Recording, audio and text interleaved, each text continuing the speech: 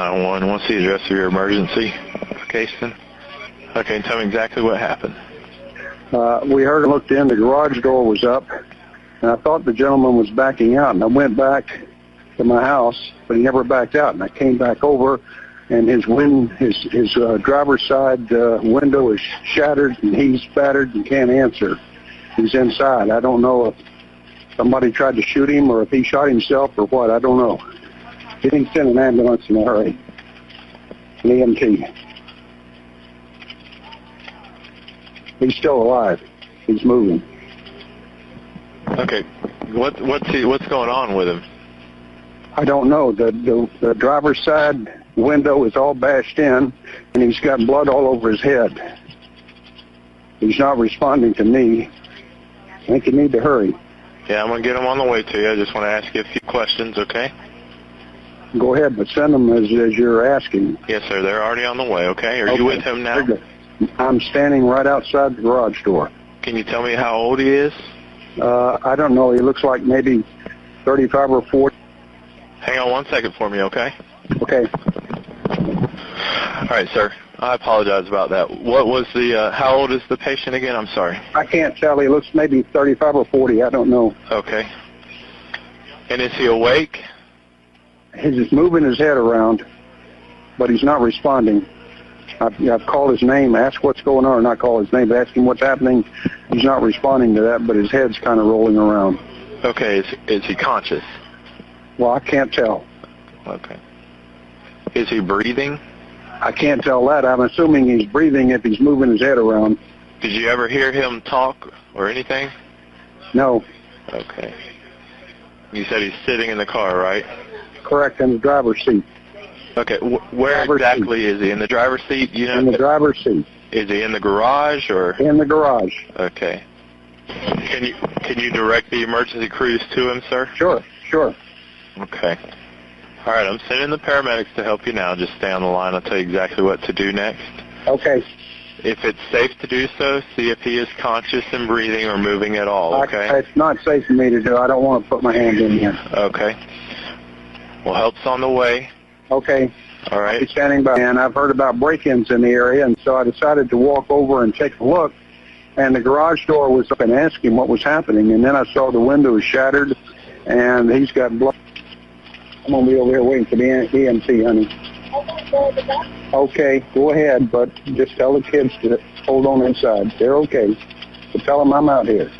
All right, just stay on the line with me for now, okay, sir? Okay, I got them on the way to you. What if I told you that the most dangerous person in a murder case is sometimes the one who never gets charged? What if I told you that a woman described in open court as one of the smartest people in a room may have used every ounce of that intelligence not to solve a problem, but to quietly walk away from one? This is not a story about a shadowy hitman. This is not a story about a getaway car or a dark alleyway. This is a story about a family, a divorce, a broken relationship, and a question that has haunted investigators, legal scholars, and everyday people watching from their living rooms for over a decade now. On the morning of July 18th, 2014, a law professor named Dan Markel was shot twice in the head inside his own garage in Tallahassee, Florida. He was 41 years old. He had 2 young sons. He had just dropped them off.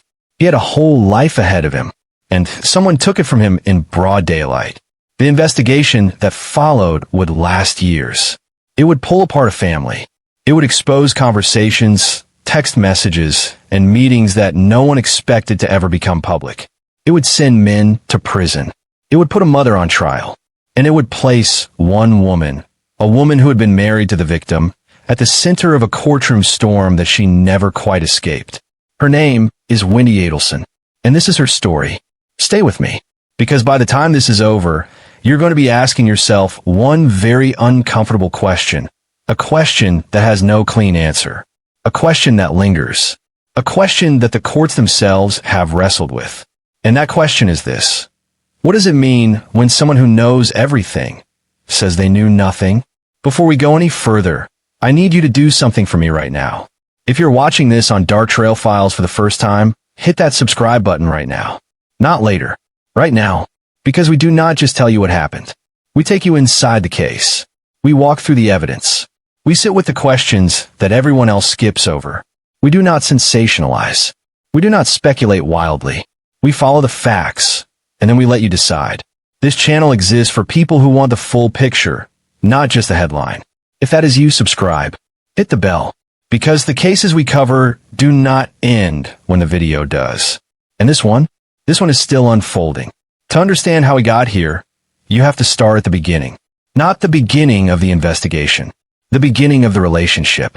Dan Markel was, by all accounts, a remarkable man. He was a Harvard-educated law professor at Florida State University. He was described by colleagues as brilliant, warm, deeply principled.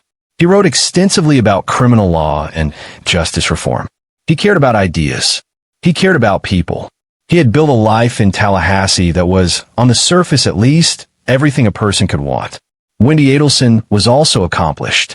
She was a lawyer herself, trained and educated, the kind of person who commands attention when she walks into a room. She came from a family that, again on the surface, appeared to be a close-knit, successful unit. Her mother, Donna Adelson, was a woman of strong personality. Her brother, Charlie Adelson, was a dentist in South Florida, charming, social, and by all appearances, the kind of man who kept a tight circle around the people he loved. Dan and Winnie married. They had 2 boys together. And then, like so many marriages, things fell apart. The divorce was finalized in 2013. It was contentious by many accounts. There were disagreements about custody, about relocation, about where the children would be raised. Winnie wanted to move back to South Florida, closer to her family. Dan was firmly rooted in Tallahassee, near his academic career and his children's lives. The courts sided with Dan on the relocation issue. The boys would stay in Tallahassee. That ruling was not small. To understand what came next, you have to understand what that meant for a family that was used to getting what it wanted. July 18th, 2014 started like many mornings in Tallahassee. Warm, quiet, unremarkable. Dan Markel had spent time with his sons. He dropped them off that morning. He returned home to his house on Trescott Drive. He pulled into his garage. And that is where it ended. A neighbor heard the shots. Witnesses saw a vehicle, a silver Prius, near the scene. Dan was found inside his car with gunshot wounds to his head. He was rushed to Tallahassee Memorial Hospital. He died the following day, July 19th, 2014. He never regained consciousness. What you're about to hear is the original 911 call made in the moments after Dan Markel was found. Listen carefully, not just to the words, but to the atmosphere, the confusion, the urgency, because this phone call was the first domino in a chain of events that would take years to fully unravel. 911, what's the address of your emergency case then? Okay, tell me exactly what happened. We heard and looked in, the garage door was up, and I thought the gentleman was backing out, and I went back to my house, but he never backed out, and I came back over, and his driver's side window is shattered, and he's battered and can't answer. He's inside. I don't know if somebody tried to shoot him or if he shot himself or what. I don't know. He didn't send an ambulance in a hurry. An EMT. He's still alive. He's moving. Okay, what's going on with him? I don't know. The driver's side window is all bashed in, and he's got blood all over his head. He's not responding to me. I think you need to hurry. Yeah, I'm going to get him on the way to you. I just want to ask you a few questions, okay? Go ahead, but send them as you're asking. Yes, sir. They're already on the way, okay? Are you with him now?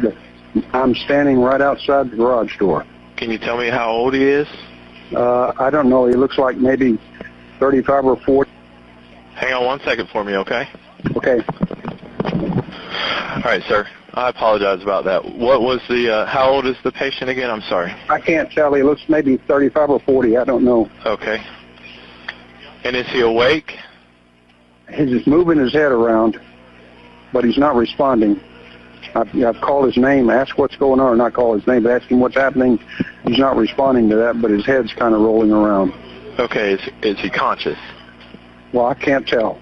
Okay. Is he breathing? I can't tell that. I'm assuming he's breathing if he's moving his head around. Did you ever hear him talk or anything? No. Okay.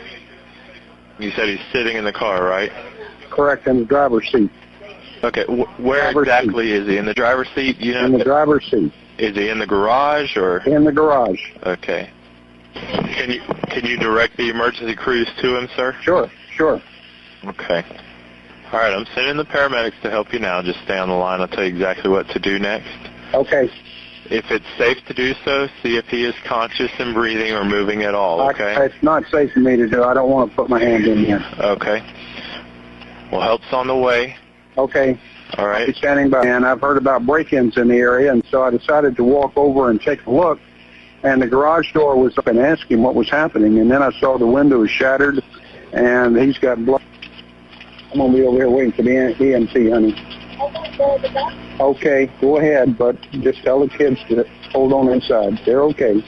So tell them I'm out here. All right, just stay on the line with me for now, okay, sir? Okay, I'm here. I got them on the way to you. Very good. I'm standing at the street, so if I see him coming down the street, I can direct him right in. So he won't respond to you at all?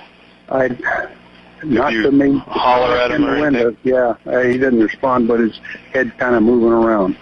Okay. But I've walked away from the car right now. I'm standing at the street, so... And he's... No. Okay. He's inside. The window's shattered. The garage door was up. Okay. Where is the vehicle dispatched from? I'm not sure. Give me a second. I'll try to see where they are, okay? Is he still moving around? I don't know. I'm standing at the street now trying to wait for your vehicle. Did you say you were checking on where it was? Yes, sir. Or where it's coming from? Mm-hmm. Where is it coming from? I'm checking. Okay. Got several people on the way. Looks like one person's coming from Maclay Road. Okay, well, it may take them a while to get here then. We're close to the hospital, so... Mm-hmm. So you're saying his head is bloody now? Yeah, it's been bloody. I mean, it's... Okay. The window shattered. I don't know if he's tried to shoot himself. I don't know what the situation is. And it's the driver's side window, correct? That's correct. He's still moving around, so he's alive. Okay. Looks like I should have an officer coming up the roadway. Okay, well, we need EMT. Well, the officer's going to be there first. They're not going to come until we figure out what's going on, but they're on the way as well, okay? He better be if this guy's got a shot living. Yes, sir. They're on the way as well, okay? Yeah. It looks like could be the officer now. Is he there? Yeah, he's just coming up right now. Okay. I'm going to go ahead and let you go, sir, okay? Okay, very good. Thank you. Bye. That phone call launched one of the most complex murder investigations in Florida history. And what investigators would slowly piece together over the months and years that followed would shock everyone who heard it. Dan Markel had not been the victim of a random act. This was not a robbery gone wrong. This was not a case of mistaken identity. Investigators came to believe, based on evidence they would eventually present in court, that Dan Markel had been targeted, that his murder had been arranged, that someone or several someones had wanted him gone. The question was who, and more importantly, why. Investigators spent months piecing together a picture. They tracked cell phone records. They reviewed surveillance footage.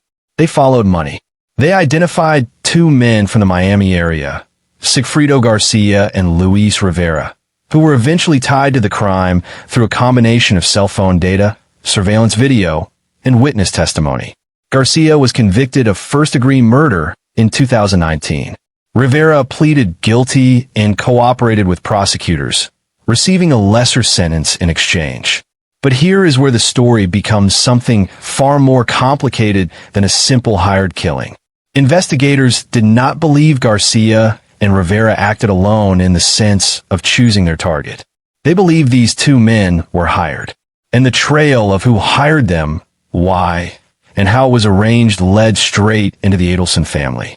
A woman named Catherine Magbanua became a central figure. She was the mother of Charlie Adelson's children. She had a personal connection to both the Adelson family and to Sigfrido Garcia, who was her former boyfriend. Prosecutors argued that Magbanua served as a link between the Adelson family and the men who carried out the shooting. Magbanua's first trial ended in a hung jury. In her second trial in 2022, she was convicted of first-degree murder and conspiracy to commit murder. She was sentenced to life in prison. Charlie Adelson was named as an unindicted co-conspirator in documents related to the case. He has not been criminally charged. He has maintained his innocence. And Wendy Adelson? She was never charged with any crime. She cooperated with investigators. She testified. She gave interviews. She answered questions. And yet, in the strangest way, the more she spoke, the more scrutiny she attracted. Here is what I want you to sit with for a moment. In most cases, the people who cooperate the most, who speak the most freely, who show up in court and answer every question, those people are usually the ones walking away from suspicion, not walking deeper into it. But something about this case defied that logic. Every time Wendy Adelson opened her mouth in a courtroom, every time she answered a question under oath, observers and legal analysts came away not with more clarity, but with more questions. And we're going to show you exactly why. Right after this next moment that very few people have ever properly broken down. There's a moment that circulated widely among people who follow this case closely. It came during court proceedings, and it involved the characterization of Wendy Adelson that, depending on who you ask, is either a compliment or something far more unsettling. What you're about to see is a moment from court proceedings where Wendy Adelson is described in a way that seemed, on the surface, like praise. But pay close attention to the context, because in the world of criminal investigation, being described as extraordinarily intelligent does not always mean what you think it means. Now I want to talk about your knowledge and your belief on this. You're a smart person, right? How am I supposed to answer that? Well, let's go through your resume. You went to Brandeis University, right? I did. You graduated magna cum laude. I did. If you could explain to the jury what that means. It means I studied a lot and got good grades. Right. It means, and to speak, I'm from the Northeast. My Boston accent may give it away. It means you're wicked smart, right? That's very You had a high nice of you. GPA, a very high GPA. I work hard. You also went and you got a master's degree from the University of Cambridge. I did. You were a Gates Scholar. I was. You then go to the University of Miami School of Law, which is a top-tier law school, Tier 1, right? Okay. Right? We're talking about your level of intelligence. You went to the University of Miami Law School, right? I did, yes. You also clerked at the 11th Circuit Court of Appeals, right? I did. Now, to get a clerkship out of law school, it's a very difficult thing to do, right? It's challenging. You have to have top grades. You have to go through a rigorous selection process, right? Yes. You then become a professor at the Florida State University College of Law, right? Yes. You're also a published author, right? Now you're just embarrassing me. This case everywhere. You'd agree with me on that, right? I've been advised by my lawyer not to read it. All right. Now, we're not talking about reading stuff. There's podcasts, Also not to listen. TV shows, Also not to watch. articles. Don't read. And so you've made the decision. Now, you're a lawyer yourself too, right? I am. And you made the decision, I'm not going to look at any of this stuff. Correct. I don't want to know what happened to the father of my two children. Not I don't want to know what happened. How can you say you love those boys if you don't care who killed the father that they loved? You also have a separate obligation as an attorney to tell the truth, right? Of course. Okay. Don't believe that I did. You did not. I don't remember doing that, no. No further questions. I don't remember exactly the timeline of that. Okay, thank you. Lawyers, yeah. I honestly don't remember. Intelligence, in most situations, is an asset. We admire it. We reward it. We trust it. But in the world of investigation and testimony, extreme intelligence can cast a very different kind of shadow. When a person is described as exceptionally smart by people who are simultaneously questioning their honesty, what that description really means is this. This is someone who knows exactly what to say and exactly what not to say. Investigators and legal observers who watched Wendy Adelson closely over years of proceedings noted a pattern. She was careful. She was precise. She knew how to stay inside the lines of what was provable and what was not. She understood the law. She was trained in it. She knew what questions were likely to come. She knew how to answer them without opening doors she did not want opened. That is not an accusation. That is an observation. And it is an observation that many people in and around this case made repeatedly over many years. The question that observers kept returning to was simple. Does being brilliant make someone more believable, or simply better at appearing believable? I'm going to let you sit with that question, because we're just getting started. Every family has a protector, someone who shows up when things get difficult, someone who makes calls, solves problems, and makes sure the people they love are taken care of. In the Adelson family, that person appeared to be Charlie. In the next clip, you will see Wendy Adelson on the stand discussing her relationship with her brother Charlie. The closeness she describes is important, not just emotionally, but structurally, because Charlie Adelson's name kept appearing in this case in ways that went far beyond brotherly concern. I absolutely had a close relationship with my brother. And how soon after the murder did your lawyer advise you not to talk to your family about it? In 2016. Okay, so what about the 2 years in between? Did you talk to him about it then? I mean, I talked to him about the fact that a murder occurred, but I guess I don't understand the question. But you never talked to him about the suspicions you raised in the law enforcement interview that your brother might have done it? No, I did not.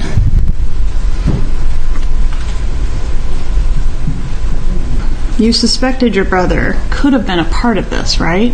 I suspected lots of people could have been a part of it. But he was one of the people, right? While I was talking with law enforcement for 6 hours, terrified out of my mind, I offered them every possible idea I could come up with. Right. And one of the possible ideas was that your brother could have murdered your child's father. I didn't really believe that was possible.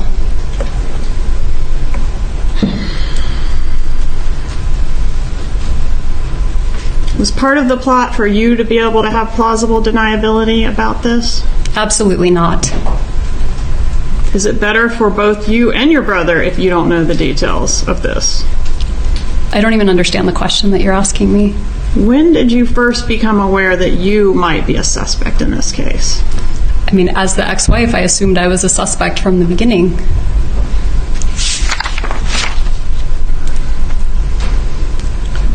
What was your first thought when you were asked if anyone might have murdered Dan Markel for your benefit? I thought, oh my God, maybe if I hadn't divorced him, he would still be alive. Maybe this is my fault because I complained to the wrong person. Maybe Danny gave a student a bad grade and they came after him. I just was trying to think of who possibly could have wanted to hurt him. But you didn't say any of that before. I mean, the first thing you said was Charlie, right? I don't think so. Page 25 of your interview, line 5 through 15. Do you have any reason to dispute? Page 25, not 5 hours into it. You say Charlie might have done it, right? Can I see, please? You may.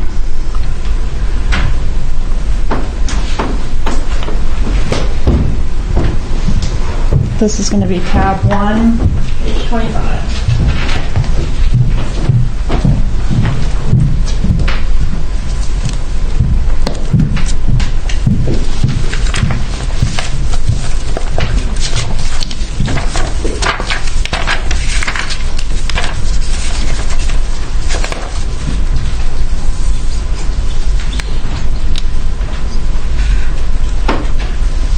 What I say here is that he would never do it.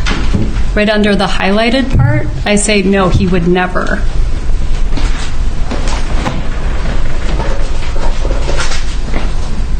Need a copy?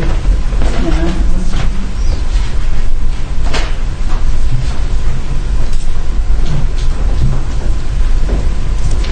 Page 25, line 5 through 15. I mean, my brother, the one, his name is Charlie, the one I'm really close to. He makes a lot of jokes in that taste, and it was a joke he made.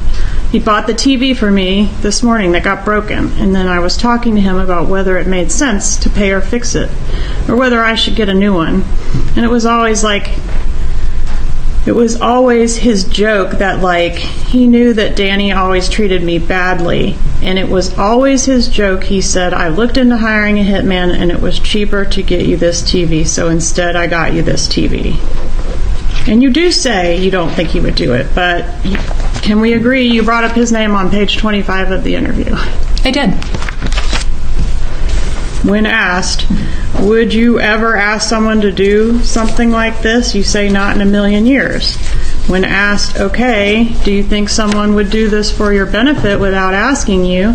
You say no. And when Isom starts to ask you what good does it serve, you say, I mean my brother, the one, his name is Charlie.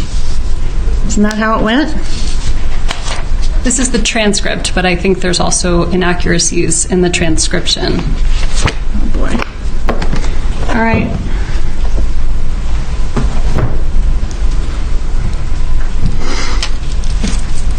Do you want the culpable parties held accountable for murdering the father of your children? Absolutely. I'm grateful they're already in jail. But not if it's your family. It's not my family. I mean, somebody hired them, right? Not necessarily. Somebody paid them. I learned something this morning. Yeah, me too.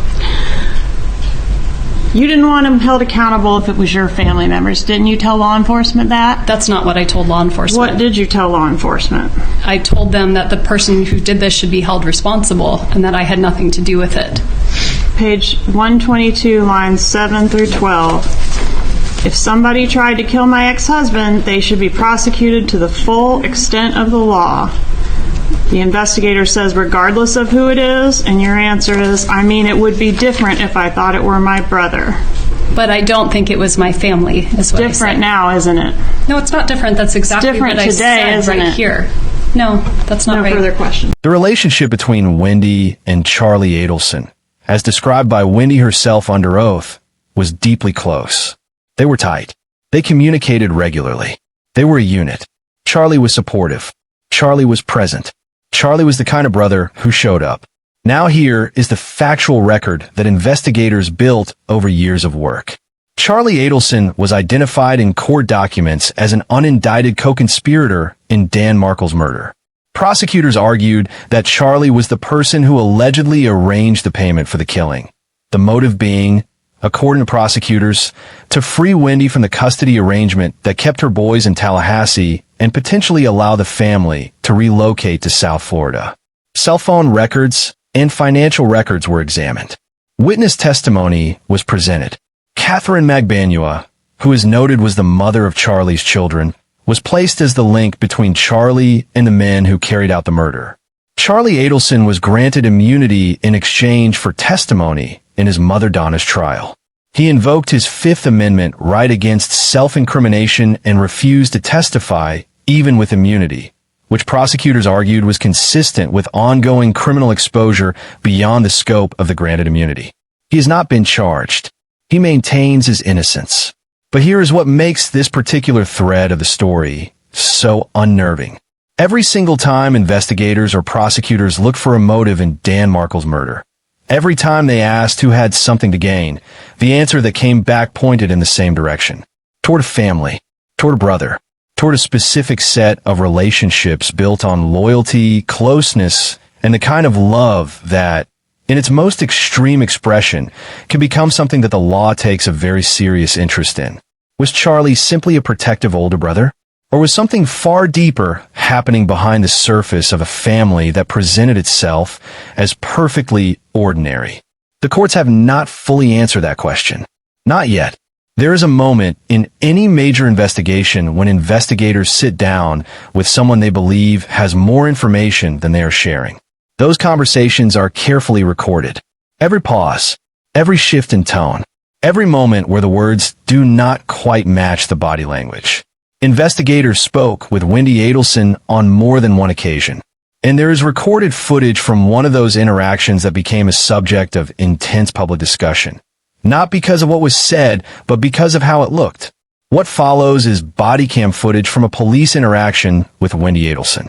Viewers who have watched this footage have had very different reactions to it. Watch the timing. Watch the pauses. Watch how the emotional moments arrive and how they are delivered. You do not need to make a judgment. Just watch. I just listened to my voice. voicemail. What'd you hear? Who was your voicemail? It's from Lisa Carey, who is my real estate agent, or who I had gone with to find a house. She just said she was driving around town and she heard there was a shooting on Trescott. Yeah, that's what this is about. I'm sorry you had to hear it that way. I'm sorry, I didn't know if I should. It's all right, just leave it there. Is it still on? It's right there.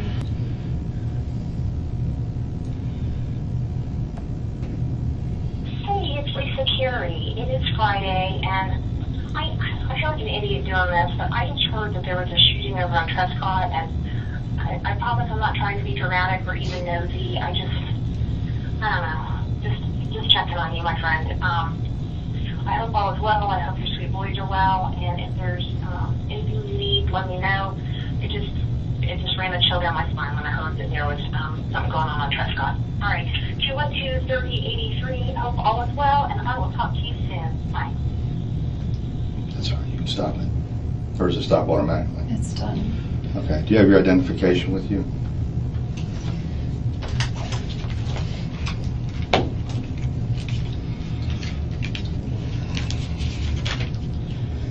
So you never took the last name of Markel? No.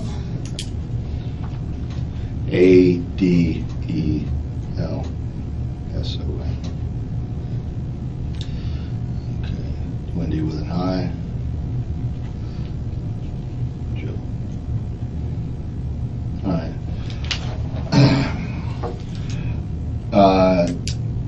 There was a shooting at your home, or your ex-husband's home, at 2116 Trescott. Okay. Your ex-husband, Daniel, all right, has been taken to the hospital.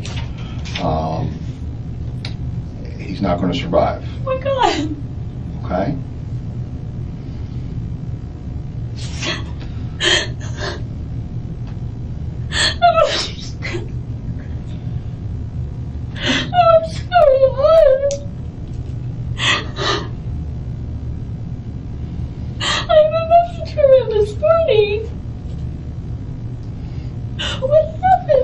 Well, before we get into everything, I have to establish where you were and who you were with and so forth. Okay. Okay, and then once we've established all that, I can give you more details. Okay. Do you understand why I wanted you to come here before I discuss this? Oh my God.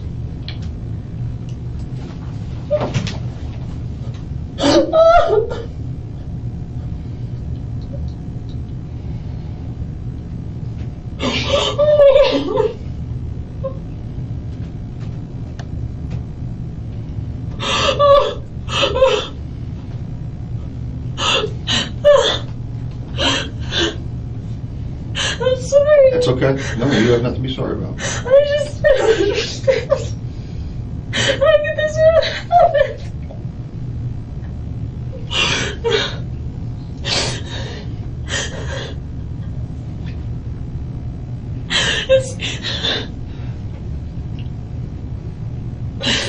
Can you let me get over this hump, okay? Can we do that first? All right. Can you tell me what time you left your house this morning? Yeah, I was there. I didn't leave this morning. I didn't leave until noon. Okay. And Oh my God. And I tried to drive up Trescott and I saw that it was blocked. It was blocked at some point. I'm not sure what time it was And I blocked. just thought, oh, there's maybe some trees down or something. Because sometimes Oh, you're saying as you drove down which one of the side roads? when I'm going to a friend's party tonight, and it's a oh my God, what am I even talking about? I needed to buy, it's a stock the shelf engagement party, and so I went to buy bourbon. Okay. So I went to drive from my place up Trescott to get to ABC Liquor, and it was blocked, so I just turned around. I was on the phone at the time. I wasn't paying a lot of attention. Right. So I just turned around and drove up the other way. I just thought, oh, sometimes when I lived there were electrical things that would happen. I left my house around 12:15 because I thought I'll get the bourbon, and then I'll get some gas for the car, and I get super glue for one of the boys' toys, and I was trying to do all I can before meeting my two friends at 1. Okay, who was at your house this morning? The only person that was at my house this morning was a guy from Best Buy, because my TV was broken and it's under warranty. Easy for you. Yeah, I figured. Okay, a guy from Best Buy was at your house to work on your TV? I have his name and everything at the house if you want it, because the boys broke the TV, so he gave me a choice of fixing it or getting a new one. What time did he come to the house? He called me at around 8. He was probably there until around 10. Okay. Okay. And then you and then after he left, I kept working on a paper, and I emailed the paper to a librarian at school to work on some of the citations. Okay. And I don't think I talked to anyone else, but I was just working for an hour or so from the house. I was going to take a shower, but I didn't. I ran out of time. I did laundry, and then I left the house around noon. To go to the liquor store and the stuff for the party? Yeah. Okay, you went down which road you said? I went down Trescott. Okay. I saw a police car there, and I just thought it was blocked, so I just turned around and drove to, I went down the rest of Centerville, went up took Benton across, went to ABC Liquors, bought the bourbon. I'm a little confused. You're up on Centerville Road. What's your purpose of driving down Trescott? It's usually the shortcut to get to Monroe. To get to Monroe? I usually take it as a cut through to get to Thomasville or Monroe. Okay, all right, so I don't know why I said Monroe. I was thinking Mosaic, Monroe, Thomasville. Okay, so when you come down into town on Centerville? I almost always cut through Trescott. Trescott and just drive by your old house? Well, I do it as a way of like coming to terms with the divorce, but yeah, sometimes I drive there. If I'm too sad, I drive around. Okay. If the kids aren't home and I know they're not home, I feel better about driving by the house, but yeah, it's shorter and I just usually drive by. It's shorter than going all the way down to Benton? All the way down Centerville and around Benton. It's just Right. a shortcut I always took. Okay, so you turned around and went back to Centerville, I take it? Yeah. Down to Benton and went to the liquor store down there on Thomasville? Yeah. The one at Benton Road? ABC Liquors, it's at, Benton. Mm-hmm. Okay. All right, did you make a purchase there? Yeah, And that was sometime after 12? probably 12:30. Okay, all right. And I talked to a guy there because I don't really buy much alcohol, and so they wanted bourbon, and I asked the guy, we had a whole conversation about bourbon and Right. my eyes, like, Your eyes? he just said, your eyes are really blue, Right. and You have contacts? I do. Okay. But I just remembered it. Right. So I bought the bourbon and got some gas on Thomasville and met my friends at Mosaic. Which gas station did you go to on Thomasville? The one that's, I always forget the name, but the one that's close to the cross street, it's right next to the Goodwill. Okay. If you're heading north on Thomasville, if you're heading north on Thomasville, it's on your right. Okay, just past the Goodwill Just place? past the Goodwill, it's close to the intersection there. Okay, all right, and then from that point you went straight to the Went to Mosaic Mosaic restaurant? and met friends there. I used to have kind of a steady Friday meeting, and I hadn't seen my two friends in a while. And so we had made plans to meet up. What time did you get to Mosaic? About 1. I was a little late. We were supposed to meet at 1, and I got there a few minutes after. Okay, all right, I know it's cold in here. Okay. I think that's not why. I'm Okay, shaking. I know it's part of it, but do you know anybody that would have a beef against your ex-husband?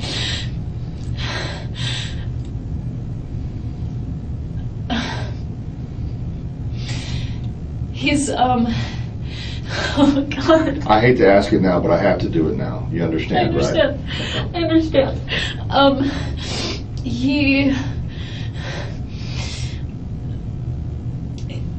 He had friends. He always meant well, but he would sometimes rub people the wrong way. Okay. But not anyone who would do something like this. Anybody that he owes money to? No, he owes money to me. He owes money to you? But Okay. not me. Okay. All right. All right. Oh my God, we're poor kids. Oh,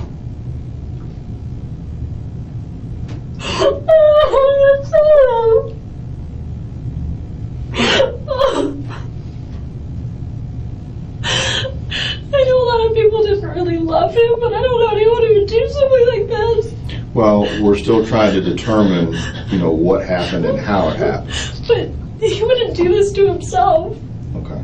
He was a very positive person. Okay. No, No one that you know of or that you've spoken to recently that he's had some type of problem with or that he was concerned about? no one that he was concerned about. I mean, we've been separated for 2 years, so I don't know, Right. If he had something going on, I wouldn't know about it, but, I mean, I had lost my voice earlier this week, and so we had put off this conversation about our son's school and where he was going to go, and he, I can't, I know a lot of people didn't love him, but not anyone who would, hate him. Okay. He meant well, everyone that knew him Okay. knows that he means well, but he can be a little, argumentative. Right. But not, he didn't owe anyone money. He didn't do anything except work and take care of his kids. He wasn't involved in anything bad. Okay. I can't believe this is happening. I know. And he was a professor at the law school, is that correct? Yeah. Okay. And your divorce has been 2 years or the total separation, I'm assuming? Total separation's been 2 years. Our divorce was finalized last summer around this time. Okay. He wouldn't do this to himself. He has a girlfriend now. There are moments in that footage that stayed with many viewers long after the recording ended. Emotional responses in grief are not uniform. There is no single correct way to react to trauma, loss, or interrogation. Investigators and behavioral analysts will tell you that grief presents differently in every person. Some people go numb. Some people become analytical. Some people cry immediately. Some people laugh inappropriately because the brain cannot process what is happening. None of that is evidence of anything on its own. But investigators and behavioral analysts are also trained to pay attention to something specific: the timing of emotional responses during formal questioning. When does the emotion arrive? What question preceded it? Does it come when the subject is asked about facts? Or does it come when the subject is asked about their relationship to the victim, which is a more emotionally manageable territory? Does the emotion pause when a new factual question comes? Does it resume when the subject needs it? These are the questions that professionals ask. And they're the questions that many viewers found themselves asking after watching this footage. Some viewers later pointed out that the emotional responses in the video seemed sudden, almost orchestrated in timing. That is not a conclusion. That is an observation, one that was widely shared among people who studied the recording closely. What no one can argue with is this: Wendi Adelson was aware she was being recorded. She was legally trained. She understood what was happening in that room. Whatever she said and however she said it, it was deliberate. Every word. In 2023, Donna Adelson, Wendy's mother and Charlie's mother, was charged with first-degree murder, solicitation to commit murder, and conspiracy to commit murder in connection with Dan Markel's death. She pleaded not guilty. The trial began in 2024 and became one of the most closely watched proceedings in Florida legal history. Built on recorded conversations, testimony from cooperating witnesses, financial records, and the testimony of Donna's own daughter. Because Wendi Adelson was called as a witness in her own mother's murder trial. Think about what that means for a moment. A woman sitting in a witness chair being asked questions that, if answered differently, could help send her own mother to prison for the rest of her life. The tension in that courtroom was not just legal. It was human. It was the tension of a family fracturing publicly, loyalty colliding with truth, A woman that everyone in that room was watching with an intensity that went far beyond her official role as a state witness. The following clip is from the moment Wendy Adelson takes the stand in her mother Donna Adelson's murder trial. This is one of the most significant courtroom moments in this entire case. A daughter testifying in a case where her mother faces a potential life sentence. Watch her composure. Watch how she carries herself in a room where everything she says matters enormously.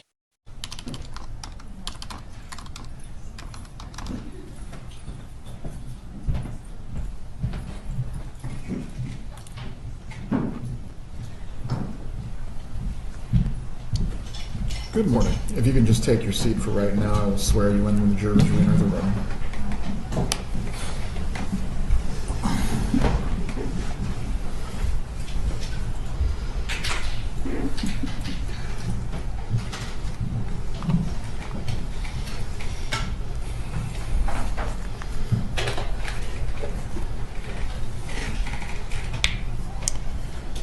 I believe, even though the jurors indicated they did not have to go to the bathroom at this point, if we are once again dealing with the needs of 14 people, they might be in the bathroom, so wait for the knock.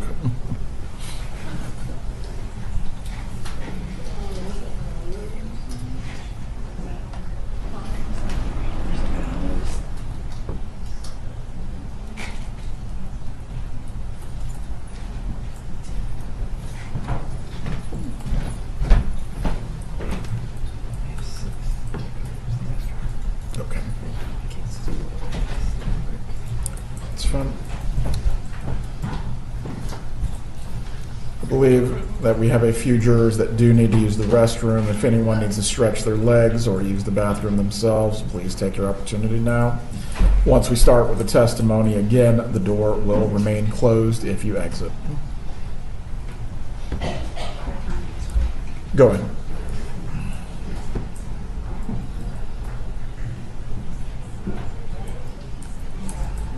Oh, before you leave the room, Ms. Fulford, once again, Mrs. Adelson, I'm going to reiterate the instruction that I gave to you last Friday concerning any reactions that you may have to either the testimony or the evidence in the case. I understand this may be a distressing thing for your child to be offering testimony in your trial. However, you are to control your expressions and your emotions. Do you understand those? Everyone can take their break. If you need to step down until it's time to testify, you may do so as well.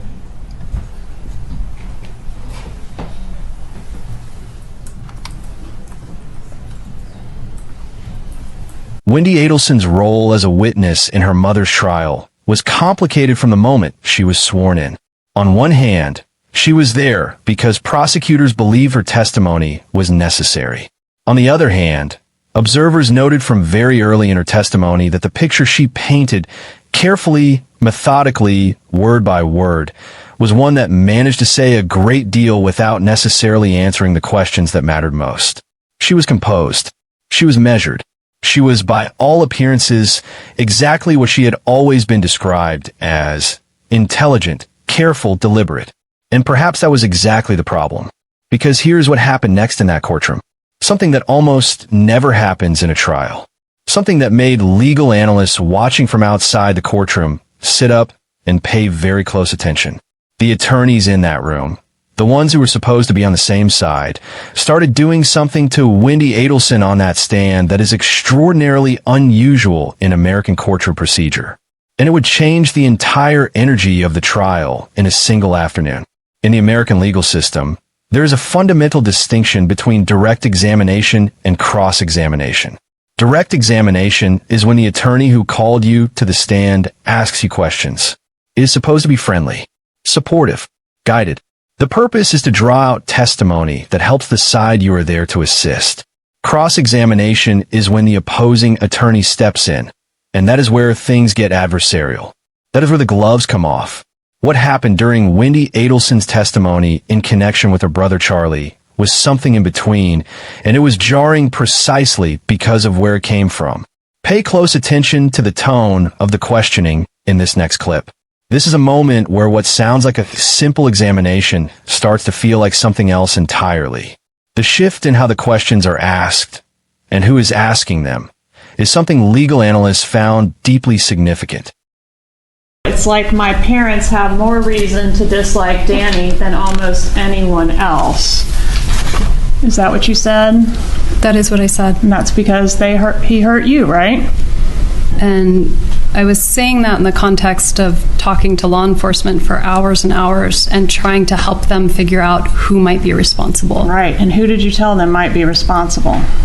Well, I told them many, many people. But are you asking about this particular moment right here? You told them your family might be responsible. Or potentially someone to do with a former student or his current girlfriend. I mentioned lots of people that I thought could be responsible. Okay. And of the lots of people that could have been responsible, your family was one. Yep. Because they might have done this thinking it would help you. I mean, that's what happened, right?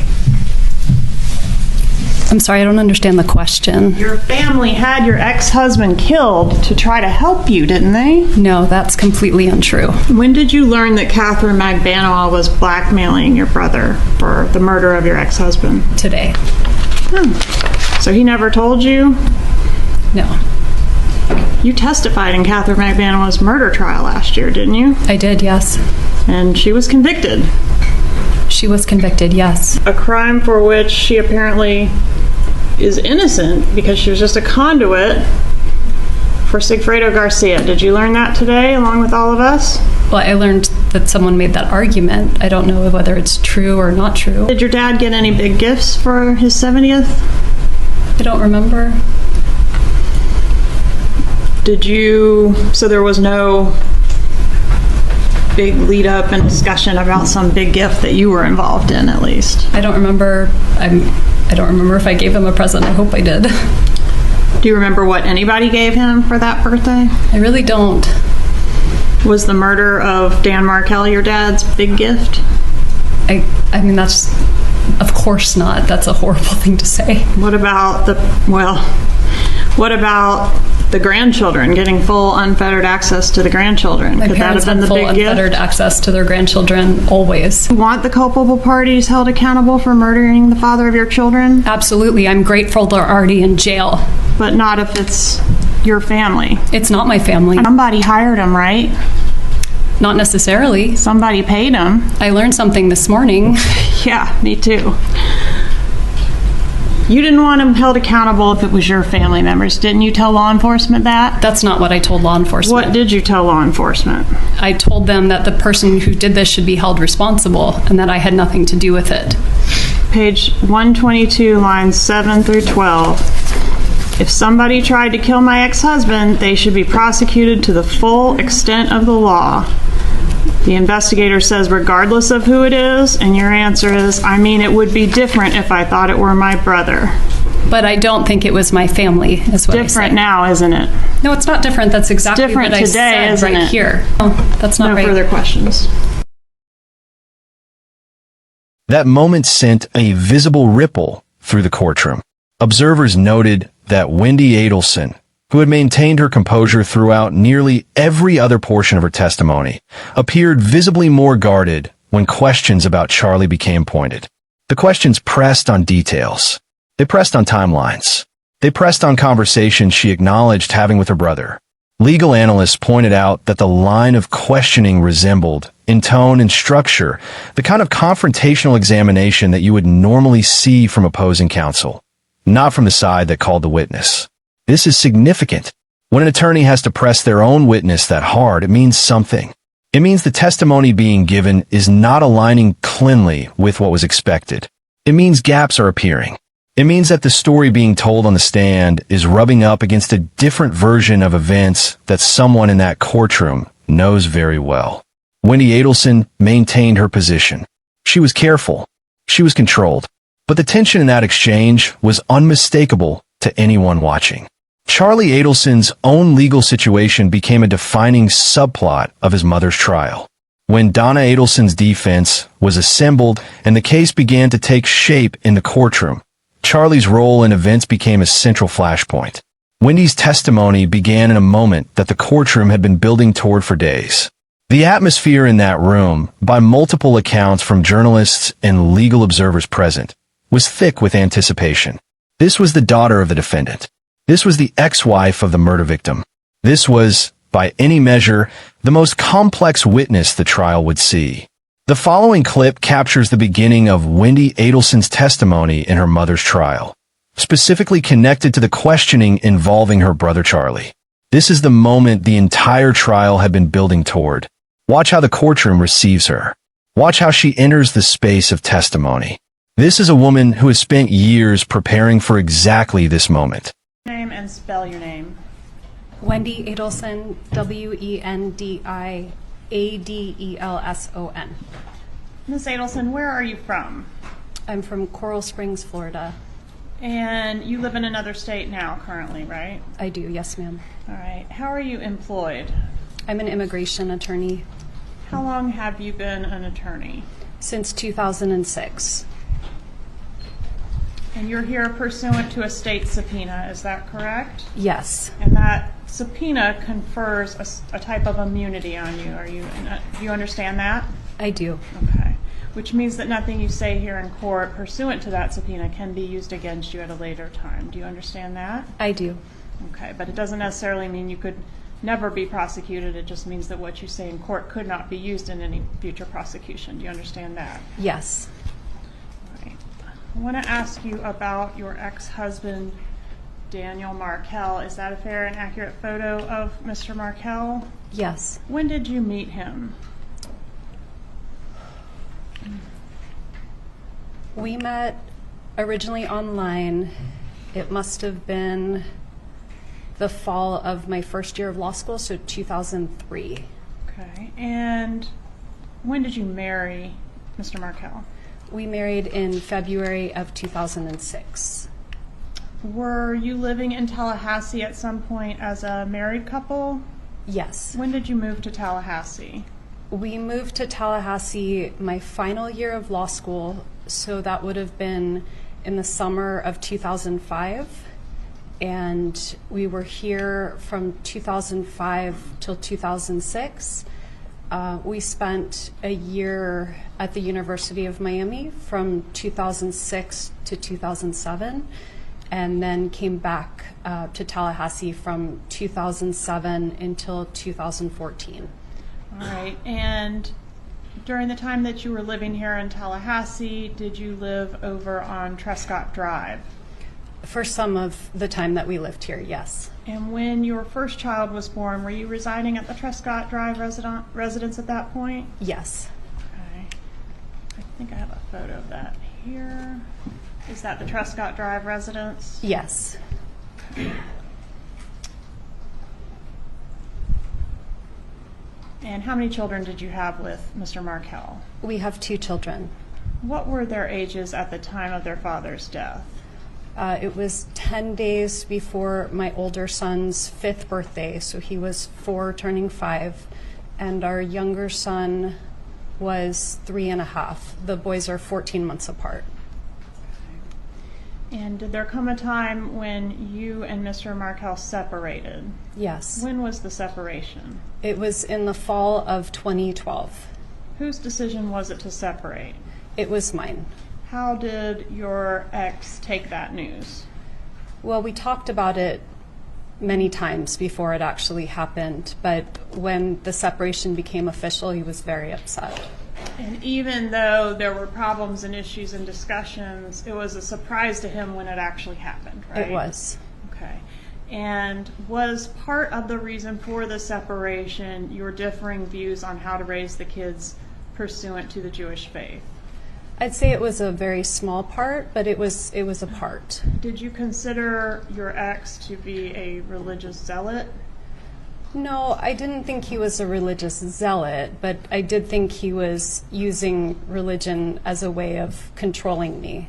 The beginning of Wendy Adelson's formal testimony was, by most accounts, almost unervingly calm.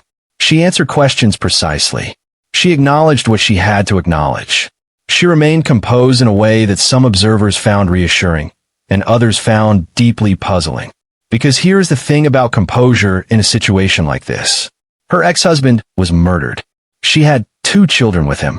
Her brother was a named co-conspirator in his murder, even if never charged. And her mother was sitting at the defendant's table, facing a life sentence.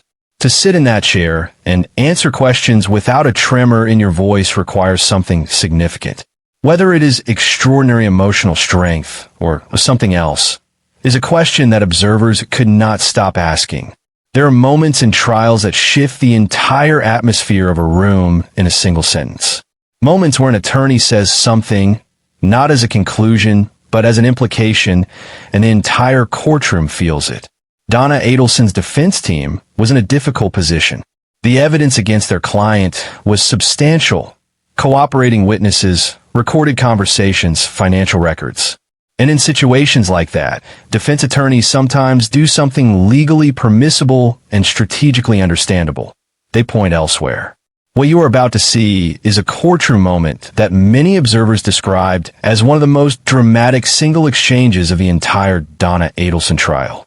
Defense counsel makes an implication, not a direct accusation, but an implication about who may truly bear responsibility for what happened. Watch the room when this moment lands.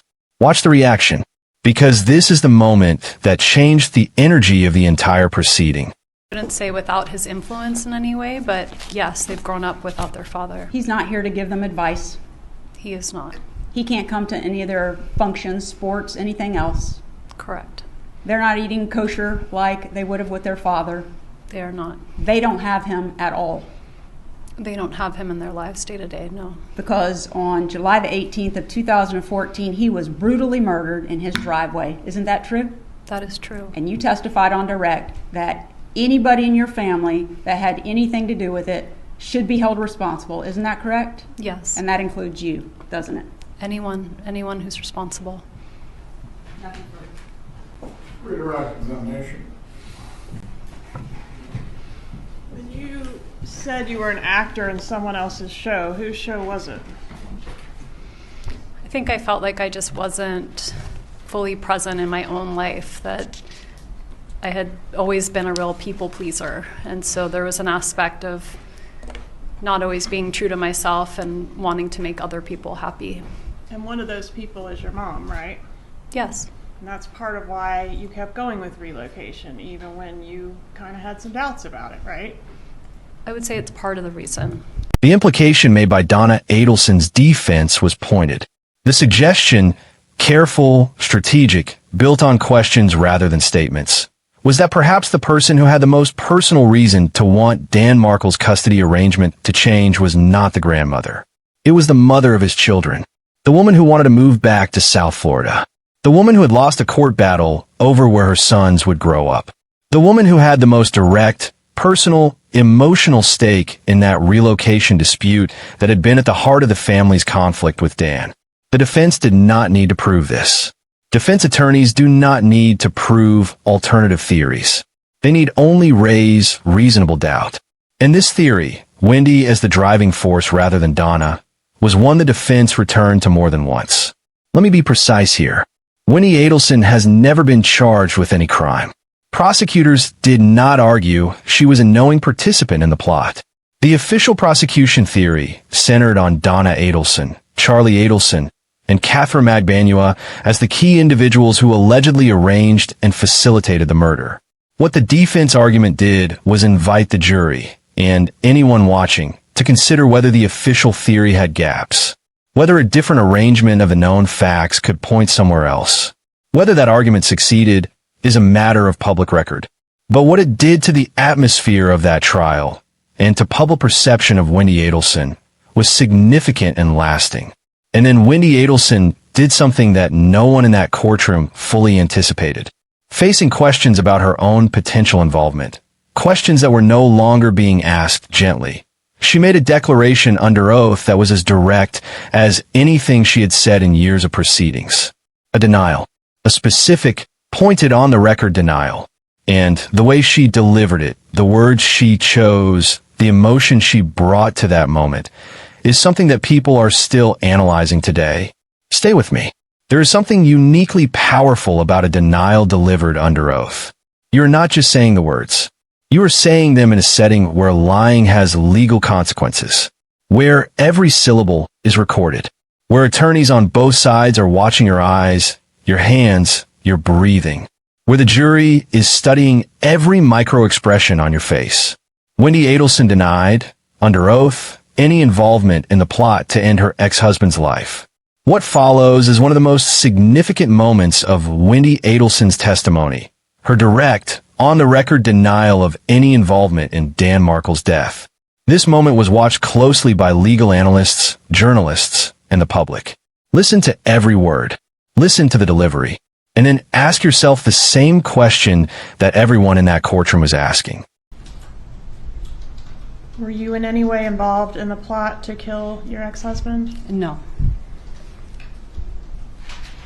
Did you maybe know it was going to happen but not know the details? I did not know it was going to happen, and I did not know any details. Did you provide any information, even unknowingly in hindsight, that you think could have been used to assist the murderers? I don't think so. I didn't provide any information. What information do you have regarding your mother's involvement in the plot to kill your ex-husband? I don't have information.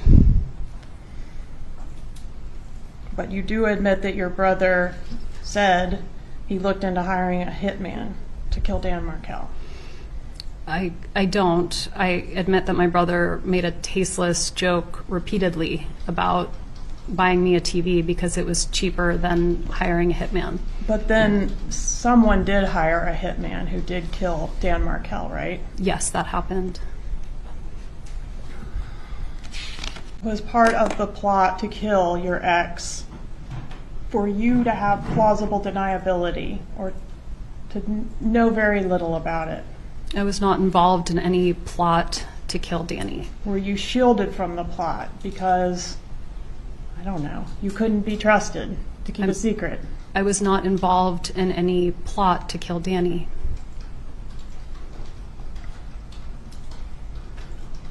Why did you tell investigator Isom in your law enforcement interview that you were worried the police, or you were worried, I guess, in the police car on the way to be interviewed, that you might be considered a suspect? Because I couldn't think of anything bad going on in his life other than the divorce. And frequently the ex-wife is a suspect. Were you treated as a suspect? I was not. But you mentioned 9 times in your law enforcement interview being a suspect, didn't you? I did, yes. Her denial was firm, delivered with what appeared to be genuine emotion. A woman insisting, in a room full of complicated views, that she had no part in the death of the man who was her husband and the father of her children. And here is the difficult truth about denials delivered under oath. They do not resolve questions. They do not close doors. They shift the burden. The system does not simply believe them. It evaluates them against the timeline, the conversations, the relationships, the behavior. Prosecutors were clear. Wendy Adelson was not their target. In their framework, she was potentially someone who had expressed unhappiness about her situation without knowledge that members of her own family were allegedly taking action on that unhappiness. But was that separation clean? Was the line between knowing and not knowing as clear as it needed to be? The evidence in this case, the recorded conversations, the text messages, the timeline of who knew what and when, made that genuinely difficult to answer without uncertainty. Wendy Adelson said she knew nothing. She said it under oath. Whether you believe her is a judgment only you can make. But keep that denial in mind as we get to the next piece of this story, because it is the piece that many people find the most unsettling of all. Wendy Adelson wrote a book. I want you to sit with that for a moment before I tell you anything about what is in it. A woman at the center of a case involving the murder of her ex-husband wrote a piece of fiction. She worked on it. She discussed it. She acknowledged it publicly. And when investigators and journalists started looking at it closely, what they found created one of the strangest details in an already deeply strange story. In this next court clip, Wendy Adelson discusses her fictional book during testimony. This is not a small detail in this case. This book became a significant subject of interest for investigators and legal observers. Listen to how she describes it and what she says about it, because the details she shares matter more than they might initially appear. And is that the only book you've written, or have you written more than one book? I've only written one book. What was the book about? The book was about human trafficking and about the vulnerabilities that lead to trafficking, the problems when it occurs, and basically how to recover from it after. Where was the book set? It was set in a fictional town. What was the name of the fictional town? Hiawassee Springs. So Hiawassee. Is it located in the panhandle of Florida? No, I used to see the name when I was driving from Tallahassee to Orlando, so it's somewhere in between. And was the place modeled after Tallahassee? It was definitely somewhere in Florida, but not supposed to be about Tallahassee, no. Who was the central character in that book? So there's 3 central characters. One was one of my clients, kind of a composite character from Eastern Europe. One was kind of a composite character of many clients I represented from Latin America, and one was a public interest lawyer. And was the public interest lawyer Lily? Yes. And is that the character that was sort of based after yourself? No, really more based after a friend of mine. And was Hiawassee, Florida, quote, just a small stop on the way back to what we had previously known as civilization? Is that a quote from your book? That sounds like a quote from my book, yeah. And who's the husband of Lily, the public interest lawyer? You want his name in the book? Yes. I think it was Josh Stone. All right, and what was Josh's employment? Josh was an English professor.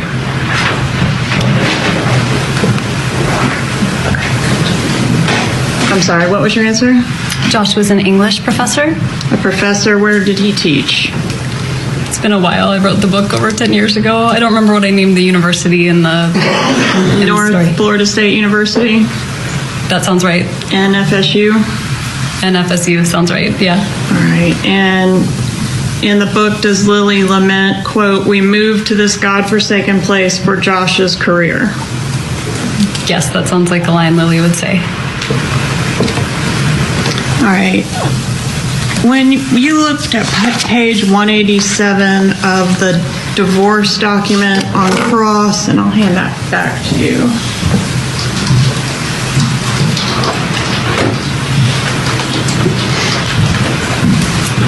This is actually my copy.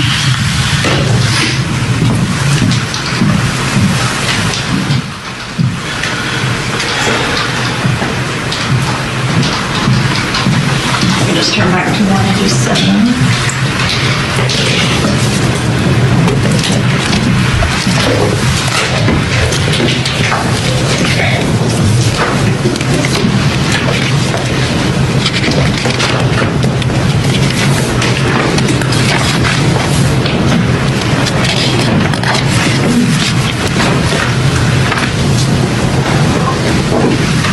Do you see the quote that you read previously from that page?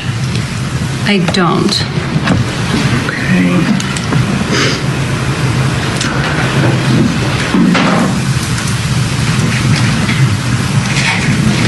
It had to do with, let's see if I can find it,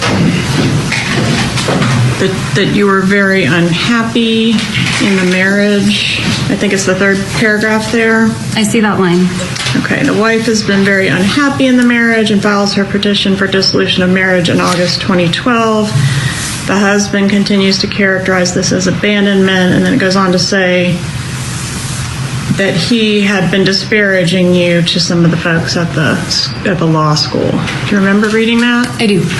Was that intended to be the place in this binder where you allege emotional abuse by your husband? I mean, I think it's emotionally abusive to suggest somebody has mental health issues. Okay.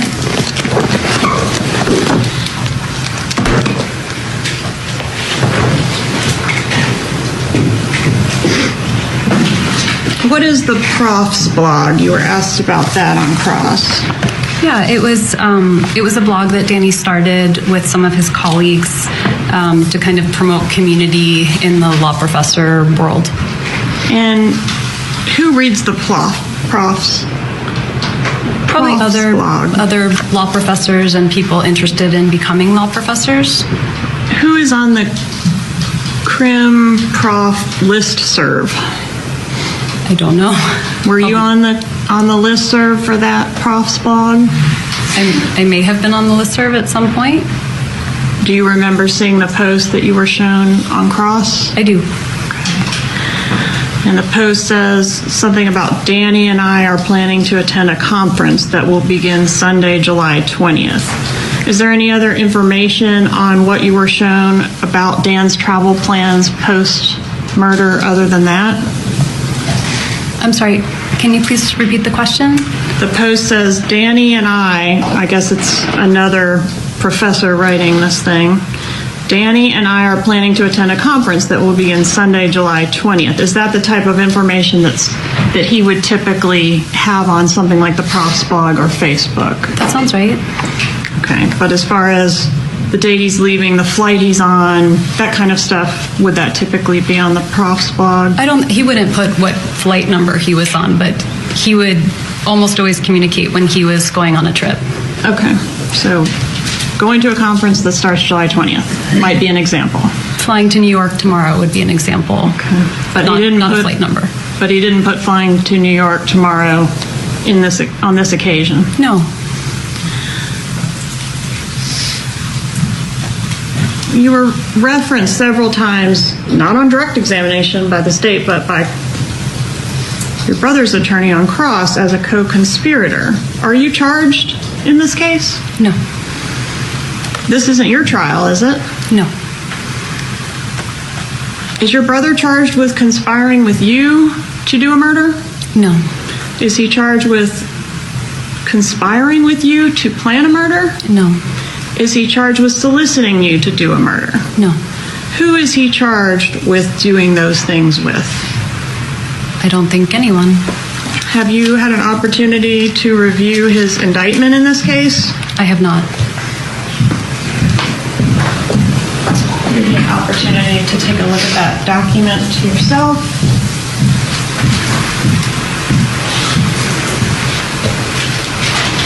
Who is your brother alleged to have done these crimes with?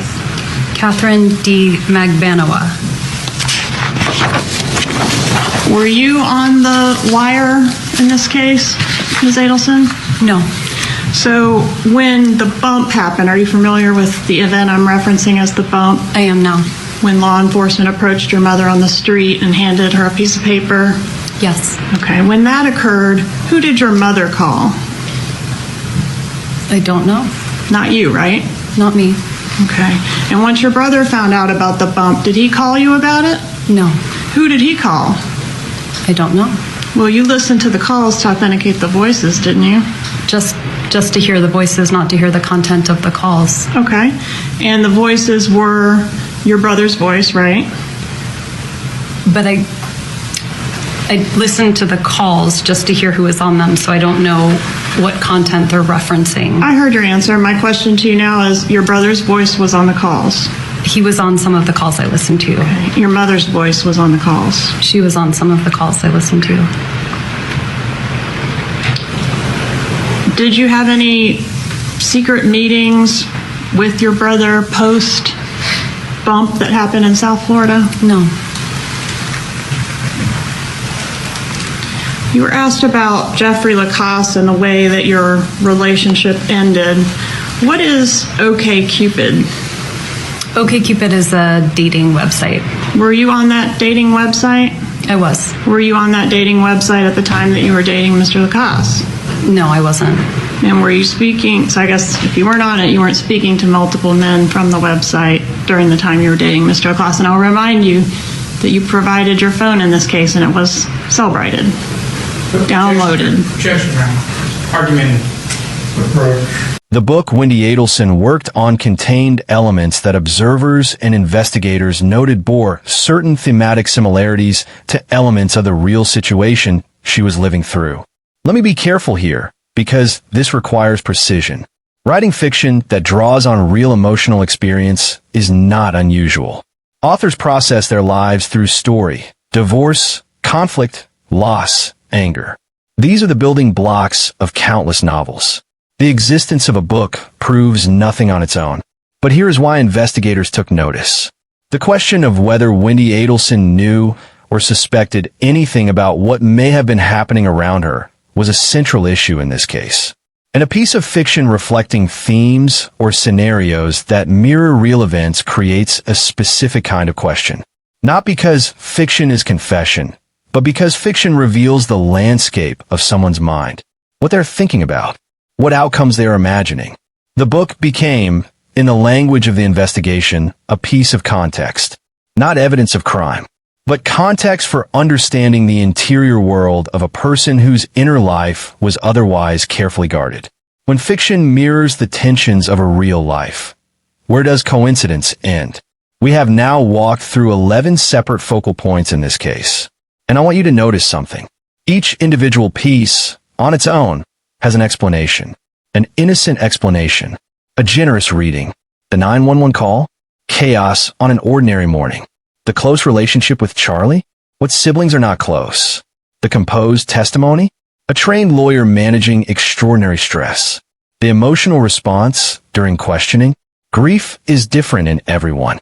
The book, writers write what they know, the denial under oath, an innocent person stating the truth. Each of these alone is explainable, but investigators will tell you it is not any single thread that tells the story. It is the pattern of threads, what they look like when laid side by side, the shape they make together. Observers with serious legal and investigative backgrounds have noted a consistent pattern across all of Wendy Adelson's appearances. Maximum information on points that cannot be disproven. Maximum ambiguity on points central to motive and knowledge. Precision where precision is safe. Vagueness where vagueness is strategic. This is not an accusation. It is an observation about pattern, one that the courts themselves grappled with. And this is what makes the Dan Markel case unlike almost any other in recent American legal history. And now I need to tell you about something that happened in the Donna Adelson trial that almost nobody outside of the legal community fully understood when it happened, but which may be the most important development in this entire case. A moment that changed the legal landscape in a way that has implications not just for who has been convicted, but for who has not yet been. Hold on to everything you have heard so far, because this is where it gets deeper. Donna Adelson's trial in 2024 was, at its core, a case about a grandmother, about whether this woman, older, with health challenges that were presented to the court during proceedings, had been part of a conspiracy to have her daughter's ex-husband murdered. Prosecutors argued that Donna was not a passive bystander in her family's crisis. They argued that she was an active participant, that she made calls, that she had conversations that went far beyond a concerned mother venting about a difficult custody situation, that she was, in the prosecution's framing, someone who helped set events in motion that ended in Dan Markel's death. The defense painted a different picture, an older woman caught in a family tragedy, someone whose words had been taken out of context, someone who loved her daughter and grandchildren and had no more foreknowledge of what happened on July 18th, 2014 than any of the other people in that family who woke up that morning to ordinary lives. What came out during the trial went far beyond Donna's individual actions. The testimony, the evidence, and the arguments that filled that courtroom for weeks created a comprehensive record of the Adelson family's dynamics. Their communications, their loyalties, their shared awareness of the custody dispute and its stakes. And Wendy Adelson sat at the center of all of it, not as a defendant, but as the reason the whole story began. Because the motive for Dan Markel's alleged murder, as presented by prosecutors across multiple trials, was not abstract. It was specific. It was about a mother's pain at being kept from her grandchildren, about a brother's alleged determination to fix his sister's problem, about a family that, if the prosecution's theory was correct, decided that the legal system had failed them and took matters into their own hands. Wendy Adelson was the axis on which all of that rotated. The relocation dispute, the custody arrangement, the children, everything that prosecutors identified as motive traced back to her situation. Her loss, her frustration, her desire to be somewhere other than where the courts had told her she had to be. Did she know? Did she ask? Did she suspect? Those questions have never been definitively answered in a court of law. They are questions that remain, officially, unanswered. But there are questions that anyone who has spent serious time with this case cannot let go of. As of the time of this video, this case is still developing. Let me be very precise about where things stand, because in a case this complex, accuracy matters enormously. Sigfrido Garcia was convicted of first-degree murder. He is serving a life sentence. Luis Rivera pleaded guilty, cooperated with prosecutors, and is serving a significant prison sentence. Catherine Magbanua was convicted of first-degree murder and conspiracy to commit murder in her second trial in 2022. She is also serving a life sentence. Donna Adelson was charged with first-degree murder, solicitation to commit murder, and conspiracy to commit murder. Her trial took place in 2024. The jury returned a conviction on the charges. She was sentenced to life in prison. Charlie Adelson was granted immunity to testify in his mother's trial. He invoked the Fifth Amendment and declined to testify. Prosecutors argued this was because the immunity offered did not cover all of his potential exposure. He has not been criminally charged. His legal situation remains, as of this telling, unresolved in a public criminal sense. Wendi Adelson has not been charged with any crime. She testified as a witness. She cooperated. She maintained throughout all proceedings that she had no knowledge of and no involvement in the plot to murder her former husband. The investigation that produced these results is one of the most extensive in Florida law enforcement history. It spanned nearly a decade from the murder in 2014 to the trial outcomes achieved in recent years. It involved multiple agencies, thousands of hours of recorded material, international travel for investigators, and a level of forensic financial and communications analysis that is rarely seen outside of federal organized crime investigations. And yet, multiple legal analysts and journalists who have covered this case from the beginning will tell you the same thing when you ask them whether all of the significant threads have been resolved. The answer they give is consistently the same. Not yet. Whether additional charges follow in this case, against Charlie Adelson or anyone else, is something that prosecutors and law enforcement have not publicly ruled out. This investigation is, in the truest sense of the word, ongoing. I want to bring you back to where we started. A 911 call, a garage on Trescott Drive, a law professor who had just dropped his sons off for the day, 2 gunshot wounds, a death that triggered one of the most complex investigations Florida has ever seen.